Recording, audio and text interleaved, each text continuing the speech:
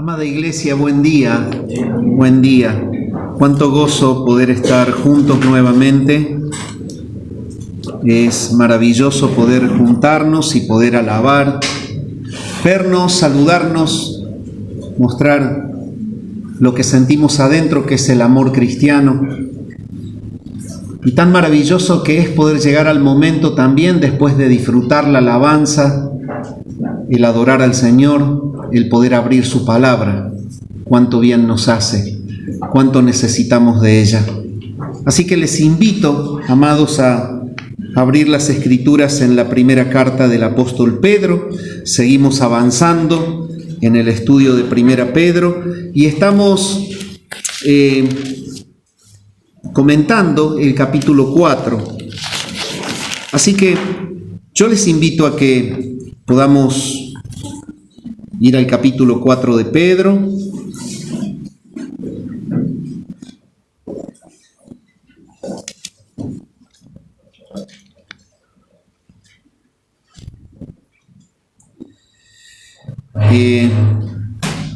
Y vamos a leer desde el versículo 1 al 11. ¿Por qué quiero leer del 1 al 11? Porque en realidad es una conexión de lectura con el párrafo anterior al que vamos a desglosar. En realidad nos toca comenzar a ver el párrafo que se extiende desde el versículo 7 al 11. Pero vamos a leer desde el 1 al 11.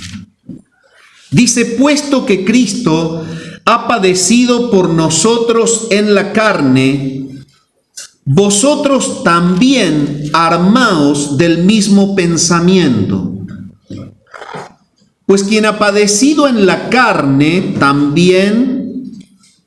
terminó con el pecado, para no vivir el tiempo que resta en la carne conforme a las concupiscencias de los hombres, sino conforme a la voluntad de Dios. Baste ya el tiempo pasado para haber hecho lo que agrada a los gentiles, andando en lascivias, concupiscencias, embriagueces, orgías, disipación y abominables idolatrías. A estos les parece cosa extraña que vosotros no corráis con ellos en el mismo desenfreno de disolución y os ultrajan. Pero ellos darán cuenta al que está preparado para juzgar a los vivos y a los muertos. Porque por esto también ha sido predicado el Evangelio a los muertos, para que sean juzgados en carne según los hombres, pero vivan en espíritu según Dios. Mas el fin de todas las cosas se acerca. Sed pues sobrios y velad en oración. Y ante todo, tened entre vosotros ferviente amor, porque el amor cubrirá multitud de pecados. Hospedaos los unos a los otros sin murmuraciones, cada uno según el don que ha recibido, ministrelo a los otros, como buenos administradores de la multiforme gracia de Dios. Si alguno habla, hable conforme a las palabras de Dios. Si alguno ministra, ministre conforme al poder que Dios da, para que en todo sea Dios glorificado por Jesucristo, a quien pertenecen la gloria y el imperio por los siglos de los siglos. Amén. Hasta aquí nomás la lectura en la palabra de Dios. Es un párrafo del cual emana un tema principal. Es el hecho de que el apóstol Pedro está alentando a los creyentes de que a pesar de la presión de la prueba, de la persecución y de todo lo que les toca vivir, ellos se fijen en Cristo. Y que entiendan que así como Cristo padeció en la carne y que por ese padecimiento terminó con el pecado, de la misma manera el padecimiento de ellos, aunque sea llevado al extremo de la muerte o martirización, le pondrá fin al pecado y los mantendrá conectados eternamente con la gloria que les pertenece. Entonces Pedro está llamándolos a que por ningún punto de vista, bajo ninguna circunstancia, se les ocurra de ninguna manera pensar en que por la presión vuelvan a retroceder a las prácticas de antes. Que no se les cruce por la cabeza el pensar que porque deben vivir una vida justa y por esa vida justa y cristiana están siendo castigados, ultrajados, presionados, que nunca se les ocurra volver a lo que hacían antes. Sino que sepan que la vida cristiana tiene un rumbo hacia una meta final. Y esa meta final es la segunda venida de Cristo y la instauración de una gloria definitiva de la cual ellos son parte. Entonces, frente a esta realidad, Pedro les había hablado de 4 herramientas mentales que ellos debían tener en claro. El concepto de cómo vivió Cristo y padeció dándolo todo hasta la muerte. El concepto de que la voluntad de Dios es que ellos vivan una vida santa, no pueden volverse atrás. El padecimiento de Cristo debe ser la copia de ustedes. El volverse atrás, la opción imposible. La tercera herramienta mental es que ellos sepan que hay una gloria que los espera.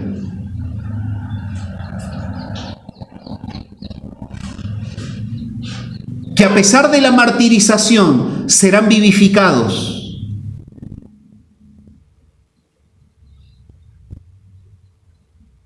El apóstol Pedro tiene en claro que el ser humano en su debilidad puede incorporar la idea de volver hacia atrás. El versículo 6 dice: porque por esto también ha sido predicado el evangelio a los muertos, para que sean juzgados en carne según los hombres, pero vivan en espíritu según Dios. Les está diciendo que ellos son parte de esta gloria que ha de venir cuando Cristo venga. Y es entonces que hay una conexión directa entre estas armas que son mentales y el párrafo que nos toca desarrollar. Entonces, el sermón de hoy se va a titular Practicando la piedad hasta que el Señor regrese. Y va a contener 2 puntos. El primero de ellos se titula Vivir conscientes de la cercanía del fin. Y se extrae del versículo 7, la primera mitad, que dice: mas el fin de todas las cosas se acerca. El segundo punto del sermón se titula Piedad práctica de los que esperan al Señor. Y se extrae desde la segunda mitad del versículo 7 en adelante hasta el versículo 9. Dice: sed pues sobrios y velad en oración. Y ante todo, tened entre vosotros ferviente amor, porque el amor cubrirá multitud de pecados. Hospedaos los unos a los otros sin murmuraciones. Hasta aquí no más. En el sermón siguiente vamos a desarrollar la otra parte de la piedad práctica, la cual contempla actitudes concretas de los creyentes entre sí, incluido el ejercicio de los dones. Lo dejo en un sermón solo porque de los dones vamos a hablar. Mis amados, ¿por qué es que las herramientas mentales están conectadas con la segunda venida de Cristo? Porque evidentemente la segunda venida de Cristo es lo que concluye el plan de redención, en donde están contempladas las presiones y los padecimientos. Veníamos hablando que el tiempo de la prueba y que el ataque de la sociedad impía para con la iglesia no es producto de la casualidad, no es producto de la elaboración de algo que se le ocurra a la gente, es una idea de Dios. Pastor, usted puede decir eso, que Dios tenga esa idea, y sí. La misma carta lo dice, que así que como Cristo padeció en la carne, nosotros somos llamados a padecer como Él. Y debemos seguir sus pisadas. Entonces hay un llamado a padecer. Cuando hay un llamado, el que llama es Dios. Y cuando hay una obra a la cual Él llama, es porque predeterminadamente la decretó. Si no, no es Dios. Por lo tanto, el sufrimiento es parte de un llamado a la salvación. Pero el sufrimiento es parte de un llamado a la salvación que va camino hacia una conclusión de gloria. Y lo que Pedro está diciendo, si ustedes quieren un firme sostén para poder vivir piadosamente en el valle de la prueba, agárrense de la gloria final. Es la esperanza de gloria.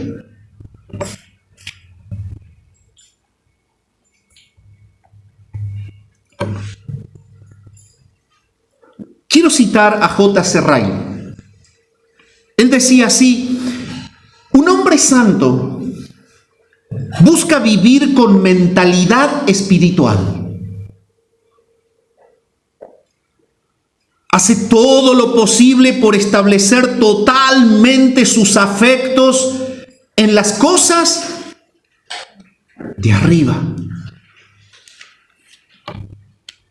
Y procura no aferrarse demasiado a las cosas de la tierra.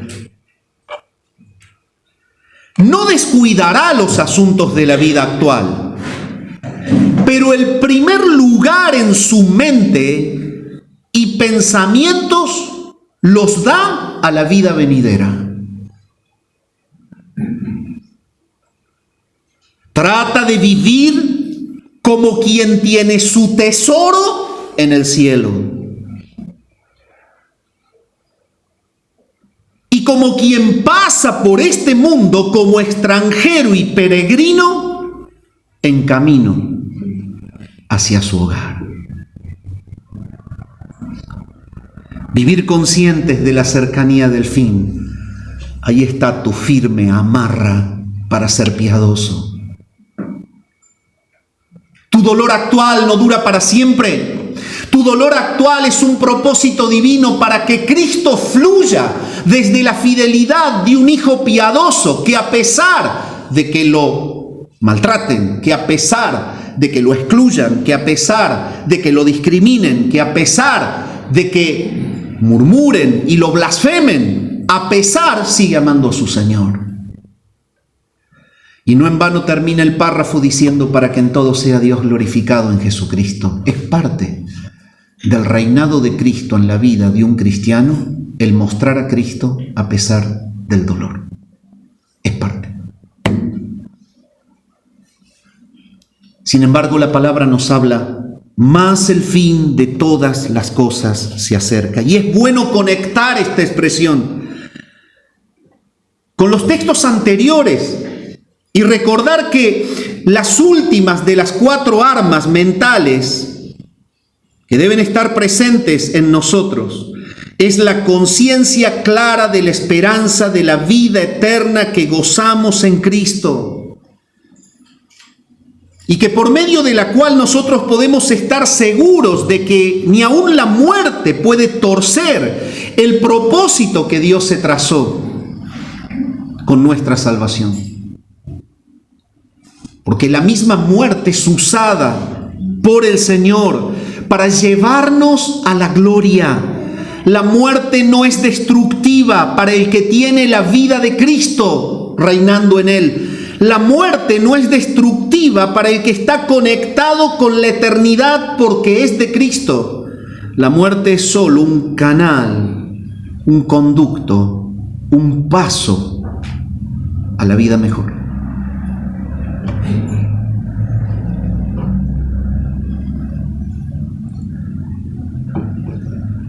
El apóstol Pedro ya lo venía diciendo en el capítulo 4 y el versículo 6.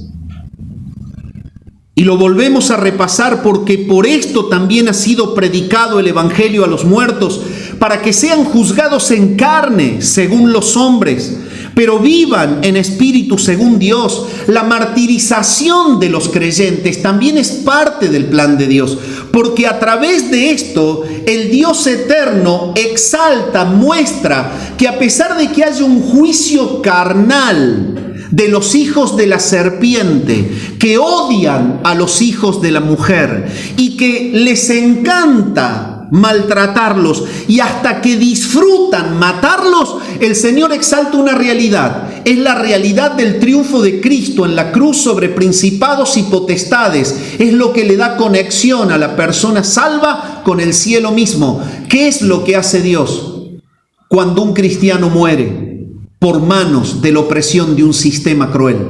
Exalta la gloria del poder del evangelio. Ese cristiano está en la presencia de Dios. Ni siquiera la presión de un mundo hostil que aborrece el evangelio puede hacer algo en la vida de uno que es salvo. Eso es lo que hace Dios. Por eso somos llamados a sufrir. La muerte no puede contra nosotros. Ah, sí, pero a mí me ponen en un cajón. ¿Y si ahí van a ir todos? Los que te quieren matar también, los que te matan también.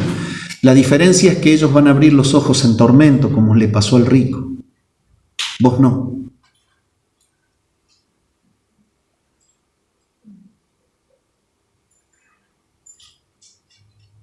Entonces, ser juzgados en la carne según los hombres es lo que Dios permite, ese juicio de maldad que le pone punto final a la vida terrenal de algunos creyentes ha sido un diseño de Dios para exaltar la gloria del poder del evangelio, la unión del creyente con Cristo. Por eso dice, pero vivan en espíritu según Dios. No puede hacer nada la muerte en ellos. Y es claro que Pedro está mostrando que aún si nosotros somos martirizados, lo único que logramos es triunfar para siempre en contra del pecado. Desde el momento que nos separamos del cuerpo, dejamos de luchar contra el pecado, entramos en una gloria perfecta. La muerte lo único que nos puede hacer es hacernos subir en el grado y en la escala de gloria en gloria. Entramos a la presencia de Jesús. La muerte no puede contra el Hijo de Dios. Por eso es que Pedro llama a los creyentes a estar dispuestos a darlo todo. Si lo que te frena para darte a Cristo es la muerte, el consejo de Pedro es que revises qué significa Cristo para vos. Y él dice, Cristo lo dio todo por vos.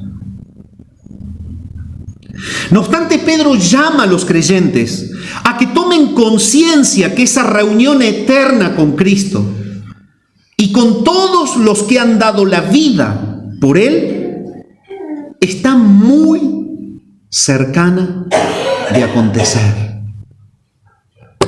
Ese es el llamado de Pedro. Los está llevando a que piensen en el diseño de Dios, en aquella reunión celestial, en donde no habrá ya más lágrimas, más llanto, más dolor. Dios ha dado a Cristo y le ha otorgado el poder de los juicios. Entonces, cuando Pedro habla de la cercanía del fin, automáticamente encierra toda una realidad bíblica sobre la presentación de Cristo y de su venida y de lo que ocurre en ese fin, en donde está contemplado la resurrección de los salvos, el encuentro con el Señor de los que estén vivos en su venida y de los que ya murieron en Cristo, y la resurrección de los impíos en donde serán juzgados y colocados en su propio lugar. Pedro está encerrando la realidad de todo lo que le ha sido otorgado a Cristo para que Él desarrolle en ese momento del fin. Y el Evangelio dice, todo juicio el Padre ha dado al Hijo. Entonces, Pedro los está llevando a que ni se les ocurra pensar en tomar revancha a ellos, ni se les ocurra pensar en volverse atrás y que piensen piadosamente, o sea, den todo por el Señor, porque aún lo máximo que pueden dar, que es la vida física, lo único que hace es llevarlos a la gloria. Y mi pregunta en esta mañana es, ¿qué tiene Cristo de vos? ¿Y qué le robás? Pastor, ¿cómo puede decir eso? Usted es muy agresivo en esta mañana. No, soy bíblico. El profeta Jeremías le dice al pueblo, me habéis robado, voz de Dios. ¿En qué me habéis robado? En vuestros diezmos y ofrendas. ¿En qué me habéis robado? En vuestro tiempo. Todo lo que uno se reserva es porque no entiende que por el Evangelio estamos dentro del plan de Dios, dentro de la vida de Dios, y que somos hijos del dueño de todas las cosas. Toda persona que le roba tiempo a Dios, que le roba bienes a Dios, no entendió el propósito de vivir para la gloria del que lo salvó.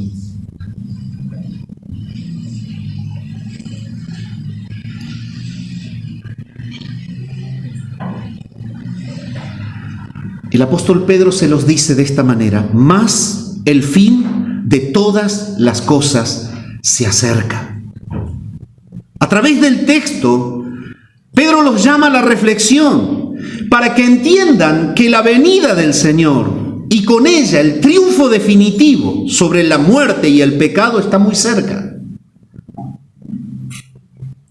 Él se los dice de esta manera: más el fin. La palabra fin, que es el griego telos, no está puesta en el texto para indicar un final cronológico, como quizás muchos han interpretado. No es el final de la prueba de ellos, no es el final del dolor de ellos, porque cuando ellos reciben la carta podía darse a la interpretación de que faltaban horas para que se les termine el dolor, cuando en realidad el propósito de Dios fue que ellos estuvieran perseguidos mucho tiempo más. El fin al cual se refiere no es la cronología del padecimiento, sino el fin puntual de un plan de redención en curso. Eso es telos allí. Que si el Señor viene, culmina el padecimiento de ellos, sin duda. Es una inferencia secundaria, pero no es la interpretación primaria. Pedro escribe refiriéndose a que el plan de redención en curso llega a su fin cuando el Señor vuelve.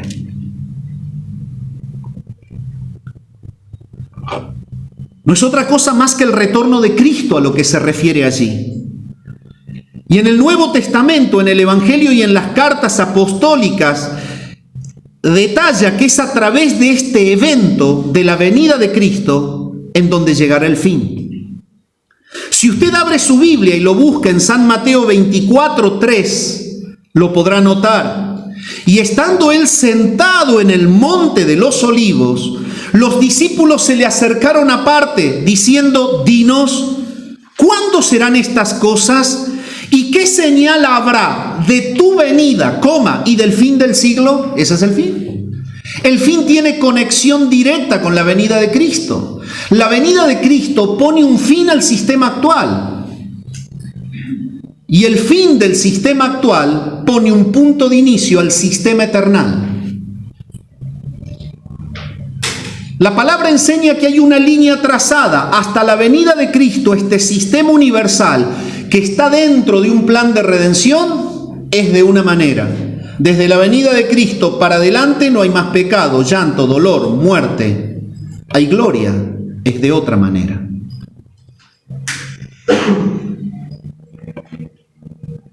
El Evangelio de Mateo está aclarando entonces el fin. Y está diciendo aquí que el momento del fin está asociado con el evento del retorno de Cristo en gloria.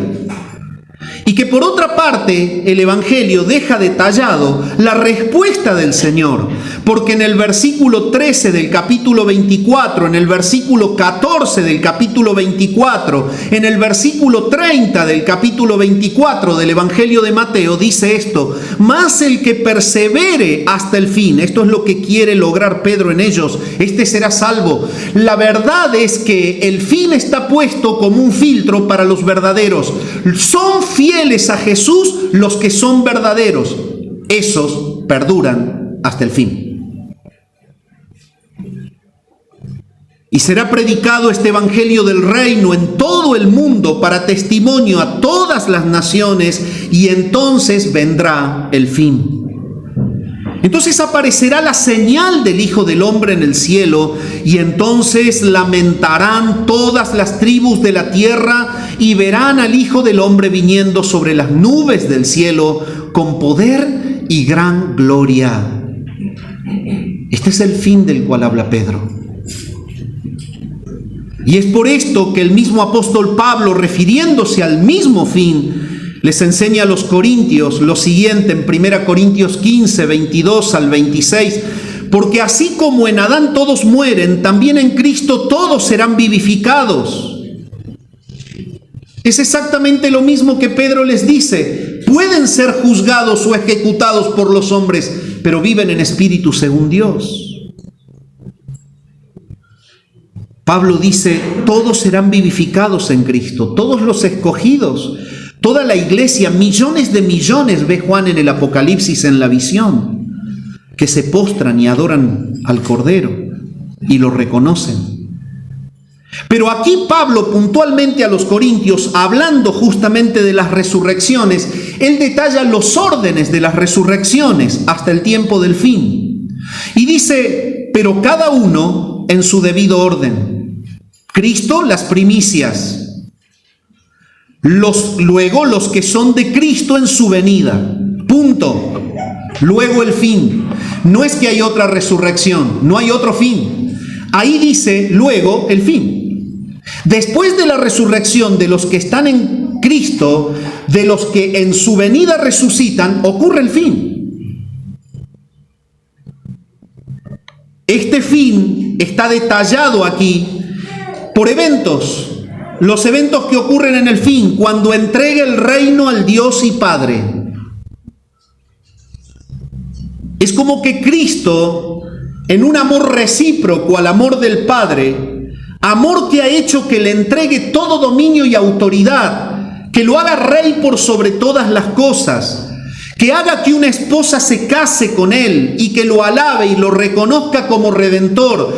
Todo lo que la Biblia esboza sobre el reino de Cristo, sobre los suyos y sobre todo lo creado, como una muestra recíproca de ese amor eterno del Padre hacia él, Cristo tomará el reino como un paquete de regalo y le dirá al Padre, gracias. Eso dice él. Eso ocurrirá en el fin. Pero lo más maravilloso que tanto Pedro les dice a los que padecen, como Pablo a los que están en la carne y que procuran luchar con los dones y que procuran competir en autoridades y en espiritualismos, en esta carta Pablo les hace ver la verdadera importancia. Es que todo apunta al establecimiento de esa gloria final, en la cual somos convidados por gracia y no somos protagonistas nunca. Entonces él les dice, luego el fin, cuando entregue al reino al Dios y Padre. ¿Cuándo ocurre eso? Cuando haya suprimido todo dominio, autoridad y potencia. ¿Cuándo ocurre eso? Porque preciso es que Él reine hasta que haya puesto a todos sus enemigos debajo de sus pies. Por eso hay un reinado actual de Cristo a través de su iglesia, presentando el Evangelio. Por eso hay un reinado de Cristo actual a través de los salvos, presentando el Evangelio. Por eso Cristo está reinando hasta que vuelva a través de los suyos. Y Él le va a poner punto final justamente a la muerte. Ese es el postrer enemigo que será destruido, la muerte.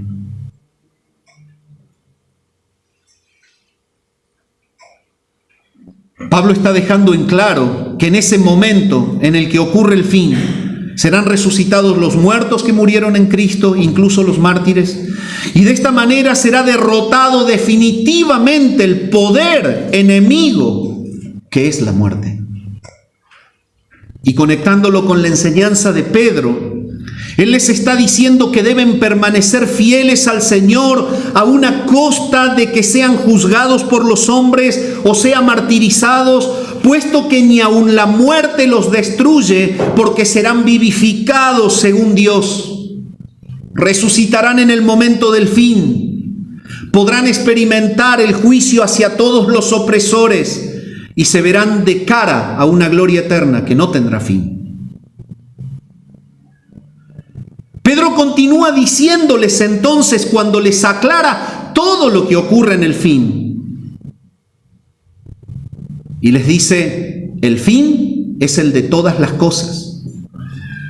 Y es una manera más de confirmar con la expresión todas las cosas el regreso del Señor, porque todas las cosas son todas las realidades existenciales que involucran todos los funcionamientos dinámicos del universo que el Padre diseñó que lo tenga Cristo en su mano. Esas son todas las cosas. Y el apóstol Pablo en la carta a los Efesios y en el capítulo 1 dice que en la dispensación del cumplimiento de los tiempos el Señor va a reunir todas las cosas en Cristo.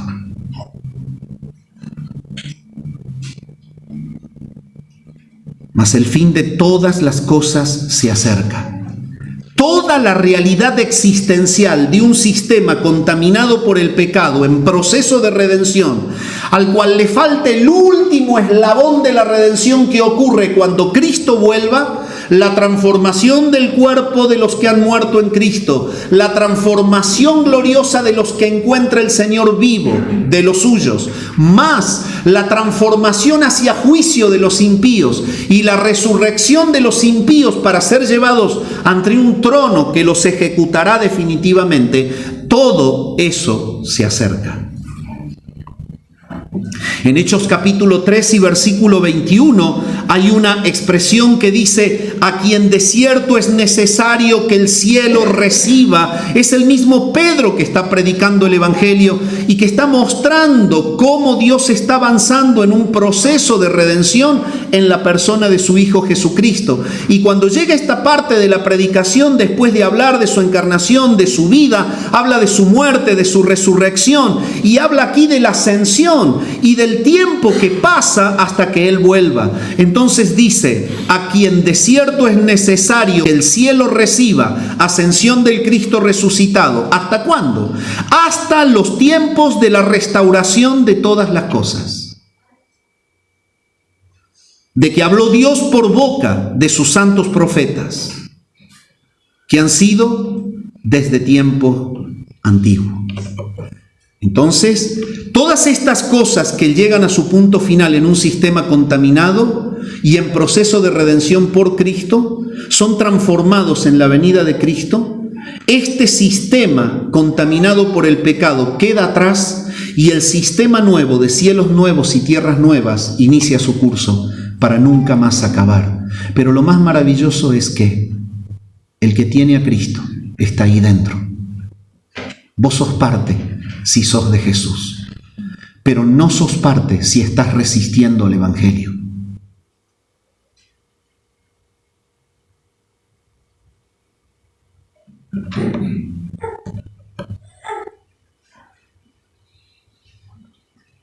Es claro entonces que Pedro explica que todas las cosas indican una estructura universal que llega a su fin en la venida de Cristo y que comienza en una estructura diferente cuando Él asiente, determine, concrete su reino de gloria final. Es completamente diferente lo que viene, no solo en el vínculo con Dios, que será perfecto completamente, sino que el universo habrá sido creado de nuevo. La Escritura llama a este hecho cielos nuevos y tierras nuevas, donde mora la justicia. Y es por esto que el apóstol Pablo relaciona a la venida de Cristo con la resurrección de todos, con la restauración de todas las cosas, dentro de las cuales está la resurrección. Él le escribe a los de Colosas en el capítulo 3 y el versículo 4: cuando Cristo, vuestra vida, se manifieste, entonces vosotros también seréis manifestados con Él en gloria. Es el vínculo eterno de la iglesia con su Señor. Esa es nuestra realidad hoy. Si tenés en claro la profundidad del vínculo al cual Cristo te hizo poseedor, este vínculo con el Padre, te vas a dar cuenta que la vida terrenal es tan superflua, tan débil, que no tendrás problema de decir: Señor, es tuya.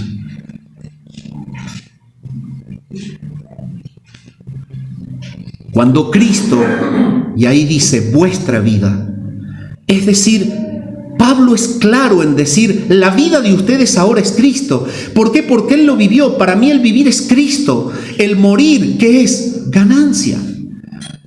Los que asumen que su vida es Cristo, dejaron de ver a la muerte como un problema. Abrazan la muerte como aquel canal de conexión con lo glorioso.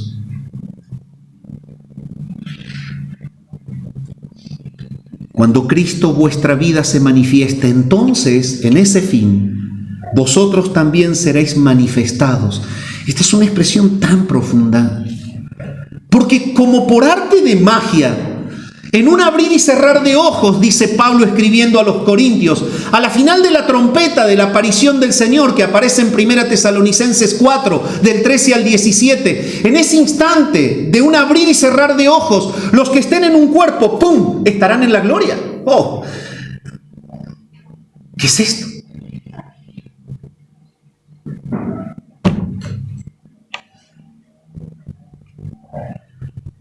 Eso dice Pablo ahí. La potencia, la gloria del poder de Dios manifestada en el Evangelio.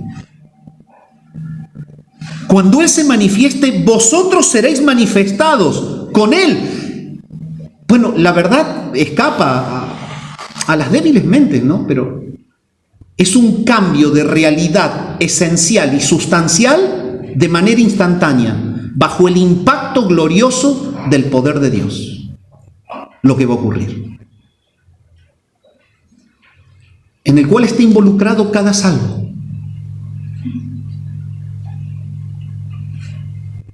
¡Wow! ¡Wow! Y le quiero negar algo al Señor. ¡Wow! De la misma manera Pablo se lo expresa a los tesalonicenses cuando en 2 Tesalonicenses 1:10 les dice: cuando venga en aquel día para ser glorificado en sus santos y ser admirado en todos los que creyeron, por cuanto nuestro testimonio ha sido creído entre vosotros. El punto de la meta final del sistema corrupto y el inicio de la gloria eterna, cielos nuevos y tierras nuevas, ocurre en un suceso. Es que el Redentor, es que el mismo Cristo será glorificado en sus santos cuando Él venga. Es que todos les daremos gloria, nos rendiremos, le alabaremos. Esa es la visión de Juan. Todos dirán: tú nos has redimido de todo pueblo, nación y lengua. Nos has redimido para Dios. Habrá alabanza y adoración. Será glorificado en los santos, porque seremos manifestados con Él en gloria. Y ese será un lugar de adoración perfecta.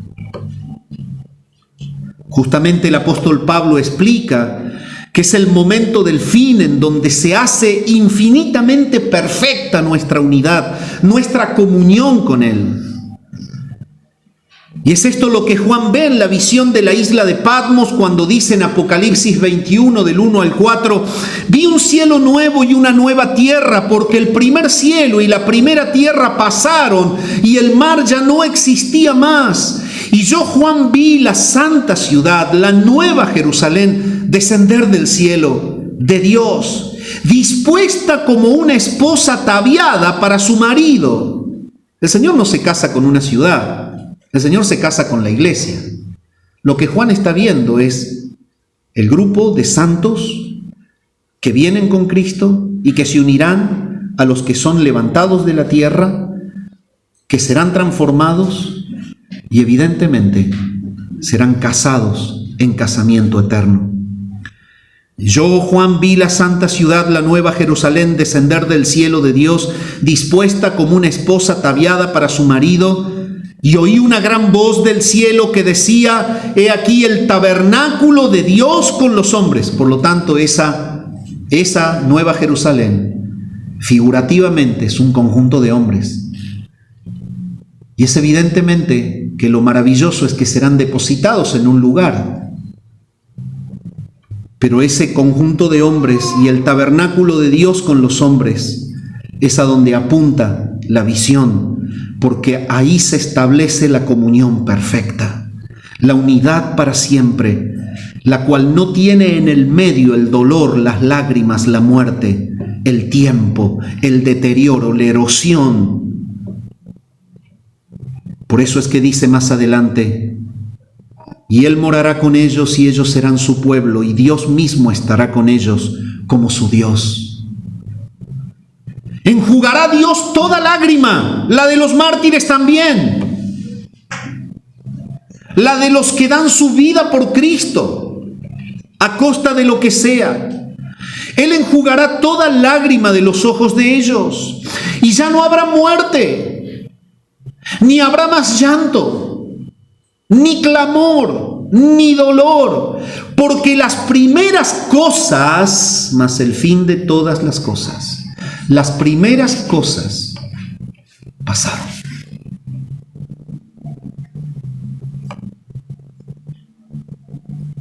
Pedro insta a los creyentes que padecen sufrimiento por causa del nombre de Cristo a que mediten que estas verdades del encuentro y de la reunión eterna con el Señor, que hablan de una unidad perfecta y para siempre, está muy cerca de suceder. Mas el fin de todas las cosas se acerca. Y se los dice de esta manera: se acerca. La expresión en el original es ejiken y significa un hecho inminente. El se acerca habla de la inminencia del retorno de Cristo y de la restauración de todas las cosas. En cielos nuevos y tierras nuevas. Para los apóstoles era un evento que podía ocurrir en cualquier momento y que es exactamente lo mismo que el Señor enseñó en el Evangelio cuando dice en Mateo 24, del 37 al 39, mas como en los días de Noé, así será la venida del Hijo del Hombre, porque como en los días antes del diluvio estaban comiendo y bebiendo, casándose y dándose en casamiento, planificando la carrera universitaria, aumentar las propiedades y los campos, vivir de una manera mejor, poder recorrer el último país del mundo al cual todavía no pude viajar, entonces vendrá el fin. Ellos estaban bebiendo, casándose y dándose en casamiento hasta el día en que Noé entró en el arca. Y no entendieron todavía cuando estuvo el arca. Mira este hombre pavo que no disfruta la vida, se va a meter dentro de esa caja de madera. Vamos a comer, vamos a cantar, vamos a bailar. Hasta que empezó a llover. Y no entendieron hasta que vino el diluvio y se los llevó a todos. Así será también la venida del Hijo del Hombre. Yo te voy a hacer una pregunta, vos que estás sentado en este lugar. ¿Estás preparado para esa venida? ¿Te has arrepentido de tus pecados? ¿Vas a esperar que el Señor cierre la puerta del arca? ¿Vas a esperar hasta que empiece a llover y las aguas suban? Arrepentite en esta mañana. El Señor te está llamando a que pidas perdón. Y es por lo inminente del acontecimiento que Juan vuelve a decir en su revelación lo mismo. En Apocalipsis 16:15, el hecho es tan inminente, se acerca. He aquí yo vengo como ladrón, Apocalipsis 16:15. Bienaventurado el que vela y guarda sus ropas para que no ande desnudo y vean su vergüenza. Yo vengo como ladrón. No sabemos cuándo, no podemos especular, pero el fin se acerca. Y todo este lenguaje indica que como creyentes debemos vivir con una actitud continua de anticipación, de expectativa, a la espera del retorno del Señor. Para nosotros es una doctrina clave el retorno del Señor. No vamos a pelear con respecto a milenios terrenales o no milenios terrenales, pero no vamos a concebir que alguien diga que el Señor no vuelve. La venida del Señor es una doctrina clave y la palabra habla de que hay creyentes que al ser fieles aman su venida. Pero vamos a ver las inferencias de esta doctrina. ¿Qué provoca en la vida del creyente mientras pasa por el padecimiento que tenga claridad de fe en que el Señor ya vuelve? ¿Qué provoca? Pedro deja en claro que él era un ejemplo de estar expectante de la segunda venida. Y se los dice en la carta. En el capítulo 1, versículos 5 al 7 dice que sois guardados por el poder de Dios mediante la fe para alcanzar la salvación que está preparada para ser manifestada en el tiempo postrero. Él está expectante a la segunda venida y les está diciendo, ustedes son guardados hasta ese momento por el poder de Dios. Valoren lo que es el plan de Dios. En lo cual vosotros os alegráis, porque aunque ahora por un poco de tiempo, si es necesario, tengáis que ser afligidos en diversas pruebas, para que sometida a prueba vuestra fe mucho más preciosa que el oro, el cual aunque perecedero se prueba con fuego, sea hallada en alabanza, gloria y honra cuando sea manifestado Jesucristo. Y ahí Pedro nos explica la conexión entre lo que hemos estudiado antes y el estudio de hoy. Pedro les está diciendo, para ustedes el retorno de Cristo tiene que ser latente. De esta manera van a aprender a sufrir. Y les está explicando el motivo. Cuando el Señor venga, Él va a exaltar la fidelidad de ustedes en su segunda venida. Esa fe, mucho más preciosa que el oro, va a ser hallada en alabanza, gloria y honra cuando sea manifestado Cristo. Cristo premiará a los creyentes fieles, les dirá, venid benditos de mi Padre, heredad el reino, preparado para vosotros desde antes de la fundación del mundo. Bien, buen siervo y fiel, en lo poco has sido fiel, sobre mucho te pondré, entra en el gozo de tu Señor. El Evangelio habla de esa alabanza que el Señor dará a los fieles en su venida. Entonces Pedro les anima a los creyentes que ellos se mantengan en esta verdad. Y cuando les habla de esta manera es que ellos entiendan que están siendo protegidos por el poder de Dios hasta que llegue la venida de Cristo, en donde va a ser alabada la fidelidad de su fe. No vuelvan para atrás a pesar de las dificultades. No vuelvan para atrás a pesar de la vida difícil. Están dentro de un plan de redención glorioso que acaba en la meta final. El fin, la venida de Cristo, la introducción de ustedes en esos cielos nuevos y tierras nuevas donde mora la justicia. Debemos entender que cuando Pedro dice se acerca, es una expresión que obra de estímulo para que los creyentes lleven una vida santa. Y esas son las inferencias de tener en claro la doctrina del fin. Juan nos enseña esta verdad en la primera carta, capítulo 3, versículos 2 y 3. El creyente que se amarra a la gloria venidera es el que vive piadosamente el sufrimiento de hoy. El creyente que no tiene visión de la gloria venidera, lo que dice es yo esquivo, huyo del padecimiento de hoy. Pero así le va. Amados, ahora somos hijos de Dios, dice Juan, y aún no se ha manifestado lo que hemos de ser, pero sabemos que cuando Él se manifieste, seremos semejantes a Él, porque le veremos tal como Él es. ¿Qué pasa con el que entiende esto y el que vive sujeto a esta esperanza? Y todo aquel que tiene esta esperanza en Él, ahí está la inferencia, se purifica a sí mismo. ¿Cómo qué? Como Él es puro. A la larga, el que entiende que terminará en la gloria es porque cree que está vinculado a un Señor que es santo. ¿Y sabe cómo lo puede entender usted en la carta? Cuando Pedro en el capítulo 1, versículo 15, 16 y 17 se los dice de la misma manera que Juan. Sed pues santos, porque yo soy santo.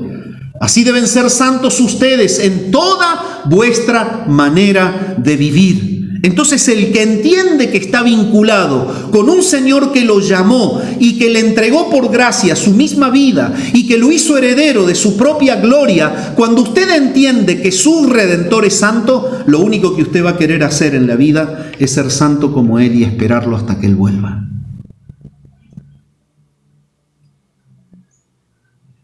Es por esto que estar conscientes del inminente retorno de Cristo provoca que los creyentes se esfuercen a vivir una vida de pureza, esperando con toda piedad el retorno del Salvador. Y de la misma manera, saben que el Señor viene y que en su venida no solamente se provocará la unidad perfecta, la santificación absoluta, sino que también por inferencia somos llamados a predicar a los perdidos. Somos llamados a mostrar el Evangelio del que nos vinculó con la gloria eterna.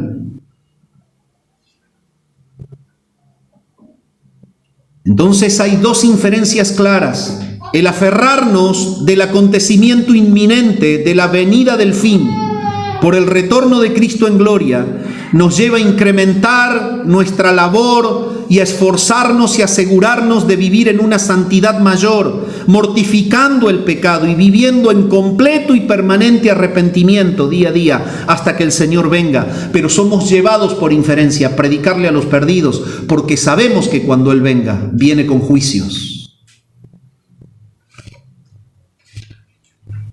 Y Pedro se los está diciendo en el capítulo 4, pero en el versículo 5, 2 versículos más arriba, él dice: pero ellos darán cuenta al que está preparado para juzgar a los vivos y a los muertos. La convicción de Pedro es que cuando Cristo viene, viene con juicios. Eso lo lleva a él a entender que no debe tomar partida el creyente en ejecutar ninguna sentencia para con el que le oprime, sino dejar todo en las manos de Dios. No porque yo lo deje, esa expresión es muy discutible. Voy a hacer un paréntesis porque no me lo puedo callar. Cuando nosotros decimos, dejo todo en las manos de Dios, no te das cuenta que vos estás en su mano. Vos no podés dejar nada en las manos de Él cuando vos estás dentro de esa mano. ¿Qué le va a dejar si la mano de Él te cubre? Por favor, ¿sabés cuántas veces dije esa barbaridad? No dejamos nada en sus manos. Lo único que le debemos pedir, y que Él no lo va a hacer, es que nunca nos baje de su mano. Y la palabra lo dice: nadie los podrá arrebatar de las manos de mi Padre. El punto es este. La inferencia es que si estás creyendo que el fin se acerca, no podés callar el Evangelio. ¿Saben? El sábado que viene la iglesia va a tener su primera presentación pública predicando el Evangelio. Ya el pastor Leo lo va a anunciar. Pero somos llamados a predicar. Somos llamados a evangelizar. No podemos hacerlo porque sea una carga impuesta. Lo debemos hacer porque entendemos la gravedad del fin para ellos. En 1 Corintios, capítulo 3, versículos 12 al 15, dice: y si sobre este fundamento alguno edificare oro, platas, piedras preciosas, madera, heno, hojarasca, la obra de cada uno se hará manifiesta, porque el día la declarará, pues por el fuego será revelada. Y si la obra de cada uno cual sea, el fuego la probará. Y la obra de cada uno cual sea, el fuego la probará. Si permaneciere la obra de alguno que sobreedificó, recibirá recompensa. Y si la obra de alguno se quemare, él sufrirá pérdida, si bien él mismo será salvo, aunque así como por fuego. Es un texto discutido, pero haciendo exégesis con todo lo que habla la Biblia, esto es edificar a través de nuestra vida piadosa sobre un fundamento que es Cristo. Y toda la Biblia habla de que el momento en el que la iglesia va a tener que pasar por un tribunal es cuando Él vuelva. Y toda la Biblia habla de que el Señor viene, pero viene con recompensas de obras. Todos nosotros seremos juzgados por lo que hicimos mientras estábamos en el cuerpo, sea bueno, sea malo. Entonces, el hecho de entender el retorno de Cristo como un acto inminente tiene tres inferencias. La primera, incrementa nuestra labor en la santificación personal. La segunda, incrementa nuestro compromiso de la evangelización mundial. La tercera, tememos el tribunal de Cristo. Nuestras obras van a ser probadas.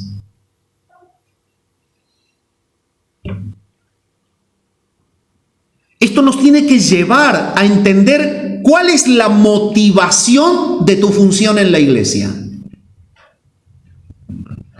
Esto te tiene que llevar a entender que la vista que está justamente observando la obra no es la vista de los hombres que ve la obra, es la vista del Señor que conoce el corazón de los que hacen la obra. El tribunal de Cristo va a estar justamente bajo la prueba de una obra conectada con una intencionalidad. Edificar madera, heno y hojarasca, que son elementos tangibles y que representan a las obras reales, pero que cuando se pasan por el fuego se queman porque son combustible y arden, es propio de las obras que se hicieron como obras reales con una intencionalidad no piadosa. Yo doy, pero para que sepan cuánto pongo. Yo voy a trabajar, pero para que todo el mundo vea que yo fui. Yo salgo a predicar, pero para callar la conciencia. Cuidado. Cuidado porque el combustible en el tribunal de Cristo existe.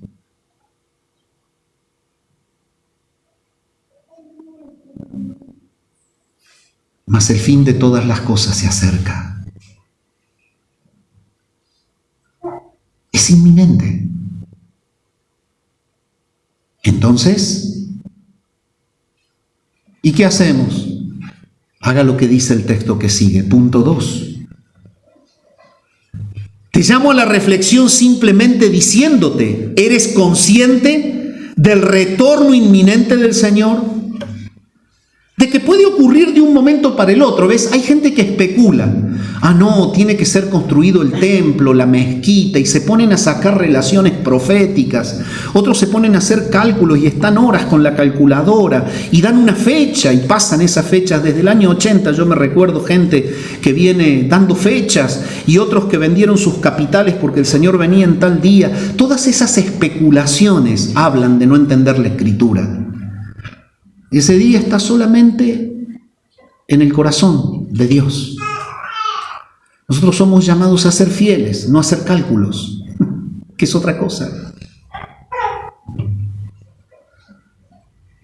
¿Te das cuenta que el retorno del Señor es inminente? ¿Cómo influye en tu vida de piedad práctica el estar consciente de esto? ¿Sos de verdadera influencia para tu entorno? ¿Se ve a Cristo en tu entorno? En el Antiguo Pacto tenemos la expresión tan escalofriante del profeta cuando dice: si yo dejere al impío de cierto morirás, y tú no le apercibieres de su mal camino, ciertamente el impío morirá por su maldad, pero su sangre demandaré de tu mano. Mas si yo dijere al impío, de cierto morirás, y tú le apercibieres de su mal camino, el impío ciertamente morirá por su maldad, y tú habrás librado tu alma.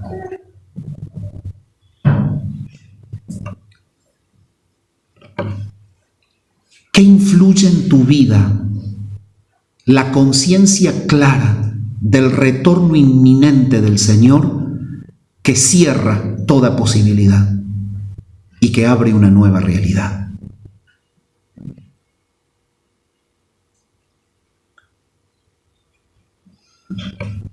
¿Tú comprendes que el retorno del Señor establece una recompensa eterna?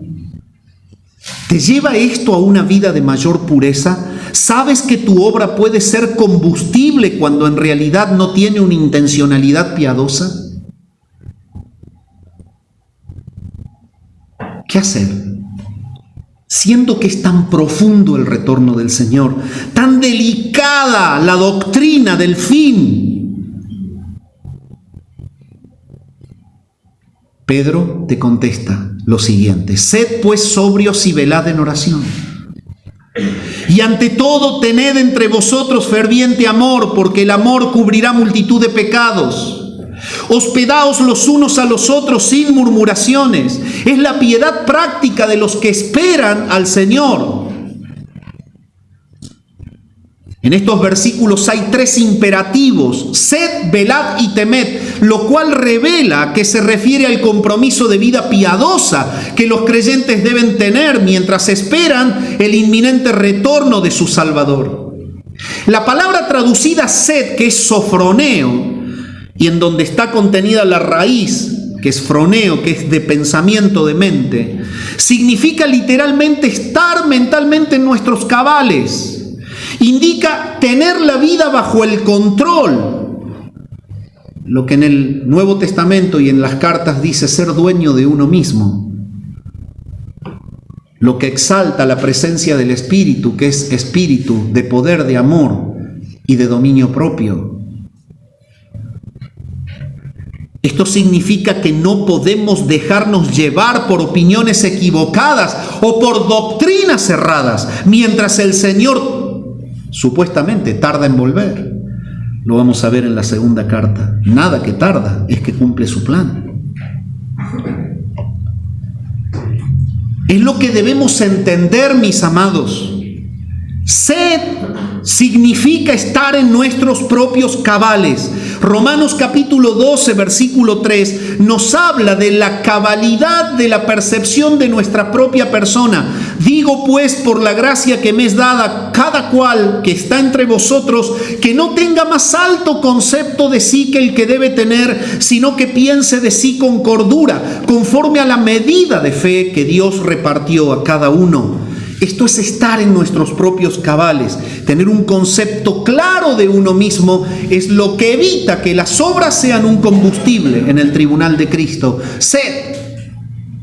Este control de uno mismo no solamente apunta al concepto personal, sino también esperar al Señor bajo un control debido de nuestras emociones y de nuestras pasiones. Como el Señor no vuelve y como hace 2000 años que se viene diciendo lo mismo y al final nunca llega, comamos y bebamos que mañana moriremos. O dicho de otra forma, muerto el perro, ¿qué se acabó? La rabia, sí, pero al lado tenés otro perro rabioso que te puede morder. Son todos dichos que no tienen cimiento en la Escritura. ¿Sabes? El Señor te está llamando a que seas sobrio. Es una mente controlada, aferrada y ajustada a la verdad bíblica y no a la mentira de un sistema que está pronto a llegar a su fin. Si lo buscamos en el antiguo pacto, cuando Moisés había guiado al pueblo y lo deja de cara a la época de la conquista frente a Jericó, el traspaso de Moisés a Josué, el líder de la generación siguiente, el que quedó junto con Caleb, 2 hombres de fe, de los que cayeron en el desierto por incredulidad. Ahora él le dice, nunca se apartará de tu boca este libro de la ley. ¿Sabes qué le está diciendo Moisés a Josué? Sed sobrio. Nunca se apartará de tu boca este libro de la ley, sino que de día y de noche meditarás en él, para que guardes y hagas conforme a todo lo que en él esté escrito, porque entonces harás prosperar tu camino y todo te saldrá bien. Este es el consejo que el mismo Señor le da a Josué, posterior a la muerte de Moisés, para indicarle cuál debe ser la manera piadosa de vivir, para poder guiar al pueblo de una manera piadosa, llevarlos a Dios, siguiéndolos a Él. De la misma manera, en el Nuevo Pacto, el apóstol Pablo le recomienda a los creyentes de Colosas mantener la mente fija en las cosas celestiales cuando les enseña en Colosenses 3:2, poned otro imperativo, el mismo que sed, pero ahora es, sed sobrios. Pablo lo dice, poned la mira, que ahí es nos mente, en las cosas de arriba, no en las de la tierra. Y es por esto que Pedro le anexa la expresión, sed sobrios, lo cual proviene de un término griego que es nefo, y que significa permanecer espiritualmente atentos. Entonces, con una cabalidad mental, con una conciencia clara de lo que soy un convidado por gracia en esto, que no soy un protagonista, en la humildad propia de los que han sido impactados por la gracia, entonces permanezcan espiritualmente atentos esperando al Señor. Eso va significando lo que dice Pedro. Ahora, mi pregunta es, ¿esta nuestra realidad hasta que el Señor venga? ¿Tenemos cabalidad, juicio cabal de quiénes somos? Ese es el camino de que nuestras obras no estén siendo combustible de madera, heno y hojarasca, que sean oro, plata y piedras preciosas. No soy nada, Señor, es para tu gloria. Lo que hago, lo que soy, no es porque yo me esfuerce en dártelo, es tuyo. Lo único que hago es estar dentro de tu reino, sirviéndote para tu gloria.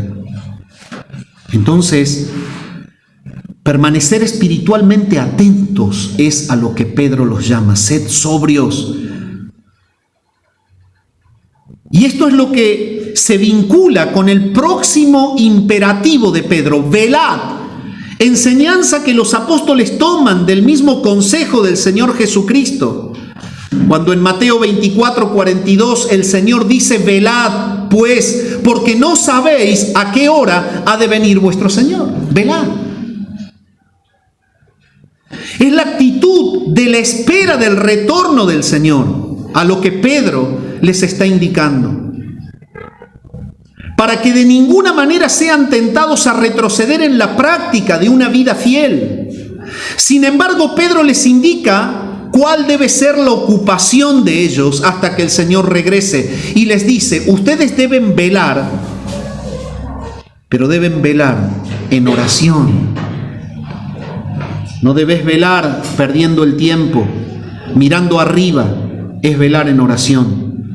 La oración es entonces el resultado de ser sobrios y de permanecer esperando al Señor con un pensamiento piadoso y una vida abocada a lo espiritual. La oración es el acceso que el Señor dejó a todos los recursos espirituales y bendiciones, los cuales no debemos descuidar hasta que el Señor retorne. El mismo Señor enseñó que la vida de oración aísla al cristiano de la posibilidad de pecar, porque lo protege de la tentación. San Mateo 26:41 dice, velad y orad para que no entréis en tentación. El espíritu a la verdad está dispuesto, pero hay algo, todavía estamos en este sistema que ya llega a su fin, pero todavía está, y el Señor se los enseñó, pero la carne es débil. Velen para que no caigan, no entren en la tentación. Sin embargo, el creyente puede caer en el pecado de la desidia. Como dice Santiago, es una omisión. Yo sé que lo tengo que hacer, pero no lo hago. Yo sé que soy débil, pero me expongo a las pantallas y no oro. Yo sé que puedo caer, pero me da pereza arrodillarme a orar. Yo sé que soy débil y no puedo enfrentar por mí mismo la lucha contra mi propia degradación interior. Pero no tengo ganas de apartar un tiempo para orar. El pecado de la desidia en la oración trae consecuencias funestas. La espera del retorno de Cristo en una iglesia piadosa es de rodillas, no mirando el cielo. Sería hermoso que miremos el cielo y el Señor venga, ¿no? Yo conocí una abuelita en mis épocas de muy joven, hace como 2000 años atrás. Ella ya está con el Señor, murió como a los 90 y pico de años, pero doña María siempre salía a las tardes a la ventana de su casa y miraba. Y cuando le preguntaron, ¿por qué estás mirando todos los días? Porque espero al Señor.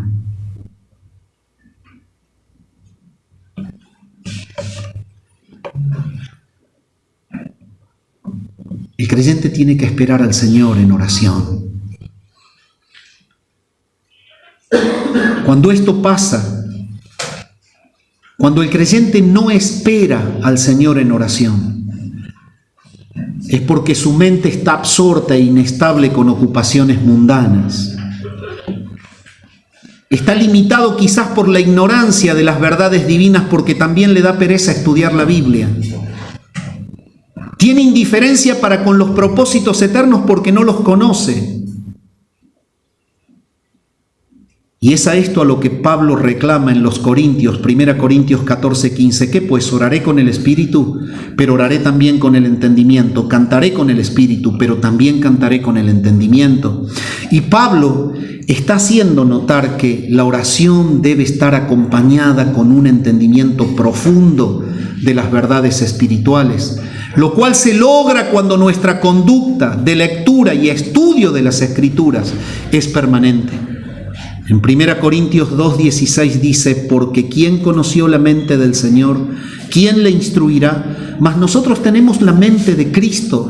Esta es la mente que está siendo sujeta. Esta es la mente que espera al Señor de una manera piadosa, la que está empapada de la palabra. Esa es la posibilidad de tener la mente de Cristo. Por otra parte, el apóstol Juan nos enseña que al estar conscientes del propósito de Dios, al estar llenos de la Escritura, al tener la mente de Cristo, al estar empapados de la palabra, al no descuidar ese medio de gracia hasta que el Señor venga, entonces podemos pedir conforme a su voluntad. Y entonces no vamos a experimentar la frustración de oraciones que nunca llegan a su respuesta. En 1 Juan 5, 14, 15 dice, esta es la confianza que tenemos en Él, que si pedimos alguna cosa conforme a su voluntad, Él nos oye. Y si sabemos que Él nos oye en cualquier cosa que pidamos, sabemos que tenemos las peticiones que le hayamos hecho. ¡Qué bendita, qué maravillosa comunión! Si estoy lleno de la palabra, pediré lo que está de acuerdo a su propósito y obtendré lo que le da gloria. Por otra parte, las Escrituras nos enseñan que el Espíritu Santo nos acompaña en esta tarea de velar. No estamos velando solos. Esperamos al Señor de rodillas orando, pero con el Espíritu Santo trabajando a favor nuestro en cada oración. Romanos 8:27 dice, mas el que escudriña los corazones sabe cuál es la intención del Espíritu, porque conforme a la voluntad de Dios intercede por los santos. Obviamente la interrelación que es eterna entre el Padre y el Espíritu, en el cual comparten el diseño del mismo plan, mantienen una conexión infinitamente profunda y clara de las ideas. Todo lo que tú pides que no se adapta al plan no llegará. Tú debes esforzarte justamente por orar y pedir lo que el Señor establece que es para su gloria. Y el Espíritu intercederá por nosotros en la oración con gemidos indecibles. Nunca el Espíritu podrá no comunicar lo que un humano pide para la gloria de Dios. Nunca. Debemos velar en oración hasta que el Señor venga.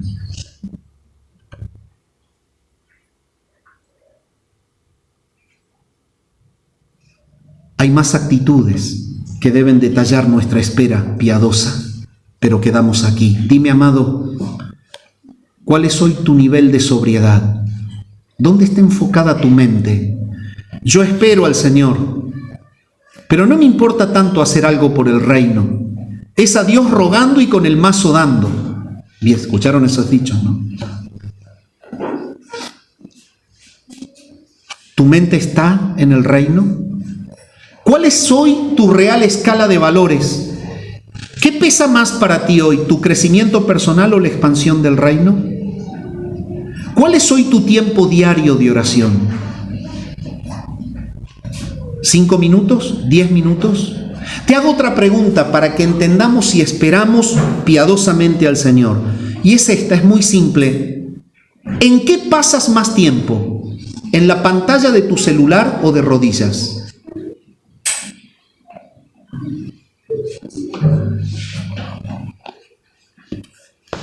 Si en esta mañana tú no puedes esperar al Señor, es porque todavía no eres de Cristo. Todavía estás muerto en tus delitos y pecados. Resistes el llamado del Evangelio. Los que rechazan el llamado del Evangelio es porque rechazan a Jesús, el Salvador. Y en esta mañana el Señor te llama a que te arrepientas y creas en Él, que pidas perdón por tu pecado y que comiences a ser uno más de los que espera ansioso su retorno en gloria.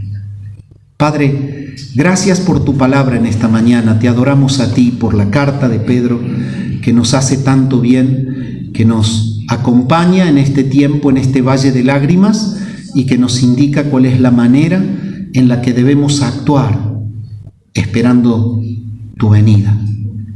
Señor, queremos darte gracias porque tu palabra también está expresada y Señor, puede haber personas que todavía, a pesar de estar dentro de este recinto, de este templo, de este lugar, no están dentro del reino. Señor, tampoco pueden esperar tu retorno porque no están dentro de la promesa.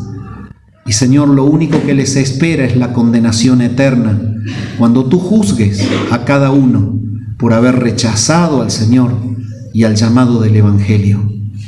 Señor, te clamamos que tú en tu gracia salves pecadores en este lugar, pero que también, Señor, lleves a la reconciliación a hijos que desobedientemente no están esperándote de manera piadosa, que no les importa el retorno que es inminente, más les importa las cuestiones de la tierra y de la carne.